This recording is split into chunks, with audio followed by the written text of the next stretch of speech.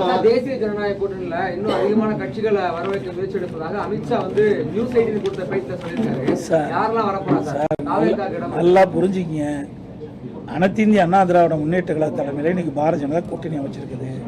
இன்றைக்கு ஒவ்வொரு முறையும் தேர்தல் வருகின்ற 2019 நாடாளுமன்ற தேர்தல் அப்ப ஒரு மாதத்துக்கு முன்பு தான் நாங்கள் கூட்டணி அமைச்சோம். 2021 சட்டமன்ற தேர்தல் அப்பொழுதும் தேர்தலுக்கு முன்பு ஒரு மாதத்துக்கு முன்பு தான் கூட்டணி அமைச்சோம். 2024 அப்பொழுதும் தேர்தல் அறிவிக்கப்பட்ட பிறகுதான் நாங்கள் தேமுதிக கூட்டணி. இப்படி அனைத்து இந்திய அண்ணா திராவிட முன்னேற்ற கழகத்தை பொறுத்த வரைக்கும் தேர்தல் அது வந்தாங்க அமைச்சோம். இருந்தாலும் இன்னும் அந்தந்த கட்சிகள் சுயமாக சுதந்திரமாக செயல்பட்டுக் கொண்டிருக்கின்றது. ஒரு கூட்டணி அமைக்கப்பட்டு விட்டால் அந்த கூட்டணியினுடைய நிலையில் தான் அவர்களும் செல்ல முடியும். கூட்டணியினுடைய கொள்கையின் அடிப்படையில் செயல்படுத்த முடியும். ஆக தனியாக அந்த கட்சி எது செயல்படுத்த முடியாது, எந்த கருத்தையும் சொல்ல முடியாது. இப்போ அப்படித்தானே திமுக தலைமையில் இந்த கூட்டணி கட்சி எல்லாம் ஏதாவது வாய் திறந்துருக்குதா?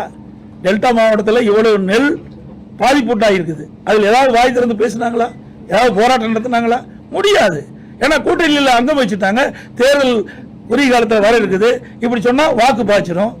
அதனால அனைத்து இந்திய அண்ணா திராவிட முன்னேற்ற கழகத்தை பொறுத்த வரைக்கும் தேர்தல் வருகின்ற காலகட்டத்தில் நாங்கள் கூட்டணி அமைப்போம். அதில் எந்த மாற்று கருத்தும் கிடையாது. நீங்கள் என்ன எண்ணுகின்றீர்களோ நிச்சயமாக நடக்கும். இப்பொழுதும் சொல்கின்றேன், 2026 சட்டமன்ற தேர்தலில் அனைத்து இந்திய அண்ணா திராவிட முன்னேற்ற கழக தலைமையில் அமைக்கப்பட்ட கூட்டணி பெரும்பான்மையான இடங்களிலே வெற்றி பெறும். அண்ணா திமுக தனி பெரும்பான்மையோடு ஆட்சி அமைக்கும். நன்றி, வணக்கம்.